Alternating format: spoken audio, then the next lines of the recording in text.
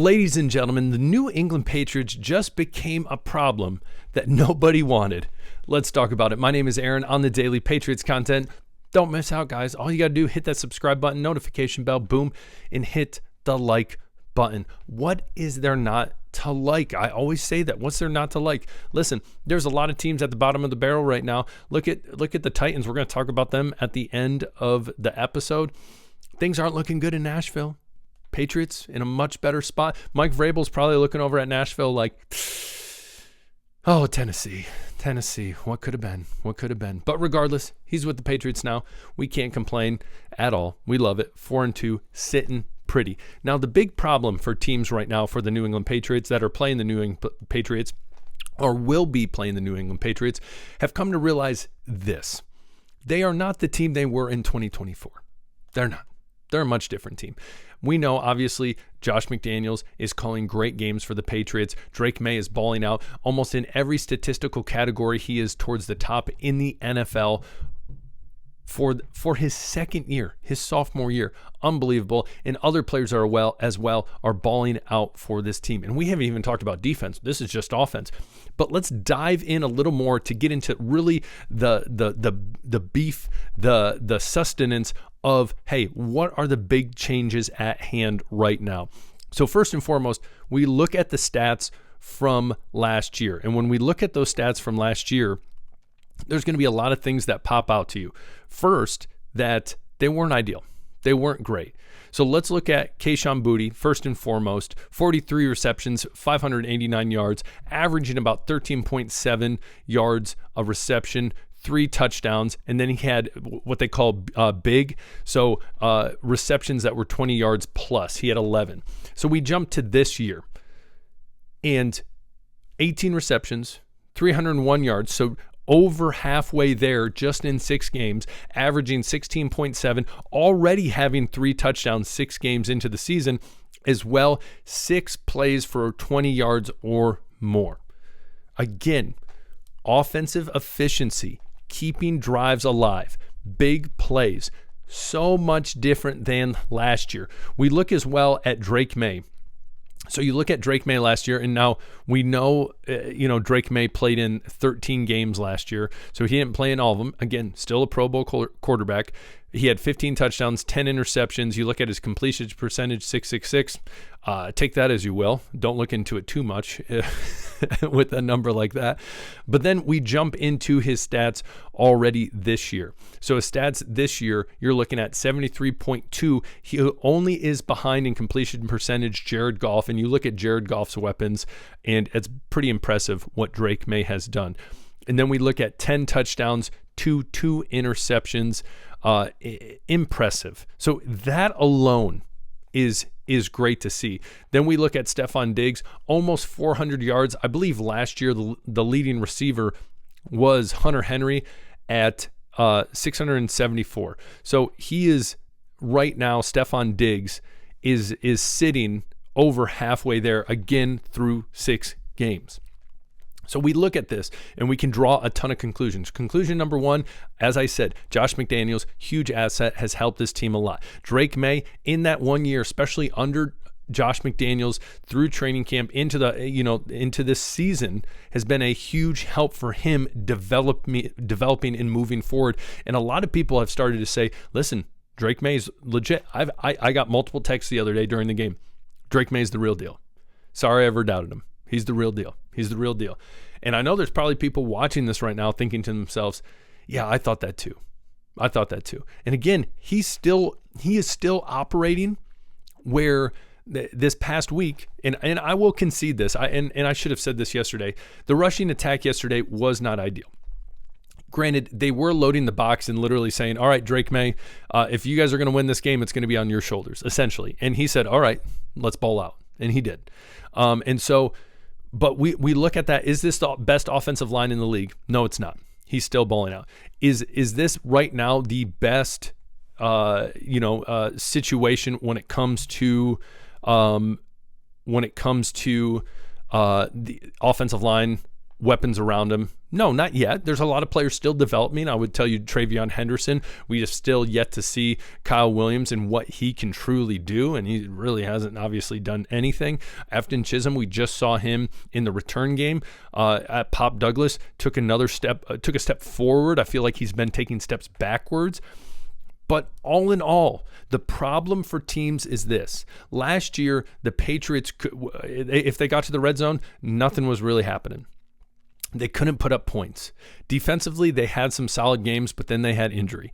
Now they have become a problem not only offensively, and we look at this as well as we look at individual stats that are significantly different, but we look at stats when it comes to team stats, scoring points. This year, right now, averaging 25 a game. Last year was 17.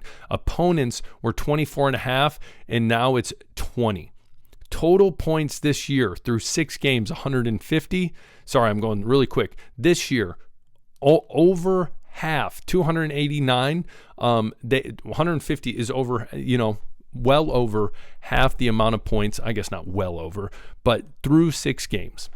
So again, very, very, very impressive, and a problem for other teams moving forward, especially as we look at the teams that are coming up on the schedule for the New England Patriots. And a lot of these teams are trying to figure out their identity, trying to figure out what works for them. Firing coaches because it's not working out like it should, which is crazy to think through 6 games in the season. But I guess if you know, you know. But all of this boils down to something simple.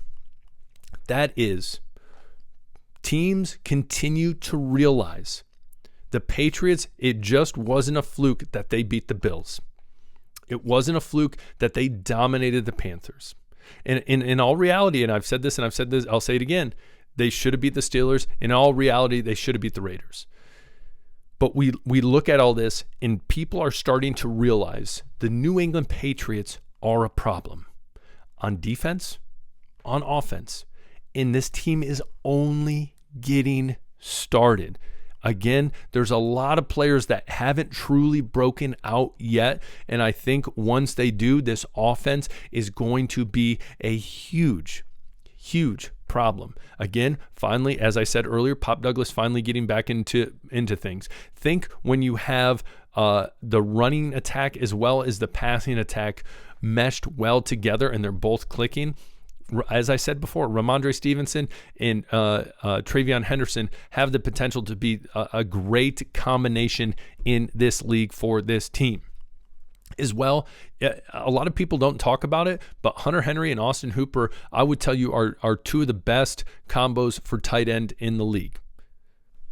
There's a lot of potential that is festering up in this team, and it's again, people are turning their head.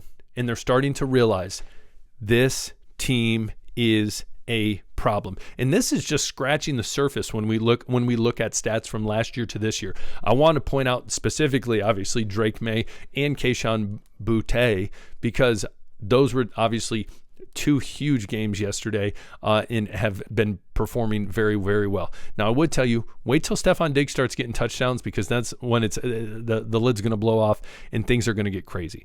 But what do you think? I haven't asked a question yet. What do you think? What other things did I not point out? And I would tell you defensively as well. Sacks, that pressure off the edge, huge. Sacks, huge.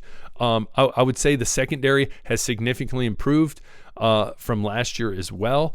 There's been a lot of advantages defensively. Now, last year there were a lot of injuries. There were games that defensively they did play well early on. But looking at it, you hold the Bills to 20 points. You hold the Saints to 19 points. You hold these other teams. The Panthers. They have done well. They have been playing well, and they will continue to do that, especially when they look at playing the Tennessee Titans, who just fired their head coach, as we talked about. But besides that, before we get into that, anything you want to add that maybe I missed that people are starting to realize, hey, this isn't the same team. This is a problem. Houston, we have a problem. Houston, we have a problem. So comment. That was corny. We're going with it. What do you think? Comment below. Would love to hear from you. Last but not least, Brian Callahan. He is out as the captain of the ship for the Tennessee Titans. It didn't even make it to the end of October. He was falling to 1-5, 4-19 in his tenure there. We will see what they do moving forward. This is pretty wild, and a lot of crazy fires, both in, you look in the NFL, but also college football. There's been some crazy fires. Like you look at James Franklin out of Penn State, Mike Gundy out of Oklahoma State, just some big names that have been fired. But anyways, this bodes well for the Patriots, just because when you fire someone, not even mid-season, but you fire someone in the season, usually it's just like, oh, well, what are we going to do? Because again, I think it's odd for the players, because it's like, okay, well, the head coach who's going to come in, who knows what's going on. I'm not saying the players are going to give up and roll over. I'm not saying that. It's just a very weird predicament that they're in, where it's like, well, how hard do I want to go? Do I want to, if someone comes in and I'm not valued in their system, what's the point? Or also knowing like, hey, we're not even making the playoffs. I don't want to get hurt. I don't want to, put my, self on the line for a team that's going, probably going to be one of the top 3 picks in the draft, unless they happen to beat the Bills last game when they should have just lost. Too soon? I don't know. Will Campbell's great though. So this only bodes well for the Patriots. Should be able to easily handle the Tennessee Titans. Cam Ward, no. That team in general, no. Their issue lies with, I don't know why they got rid of Mike Vrabel. Derrick Henry, he's still balling out. Very confusing. But you're going to do what you're going to do. It's, your franchise, whatever. So comment below. Tell me what you think. Would love to hear from you guys. Always appreciate it. Always fun. Love to hear what's on your mind. Hit the like button. Helps the algorithm a ton. What's there not to like about the Patriots winning? 4-2, baby. Keep it rolling. We'll talk later. Peace.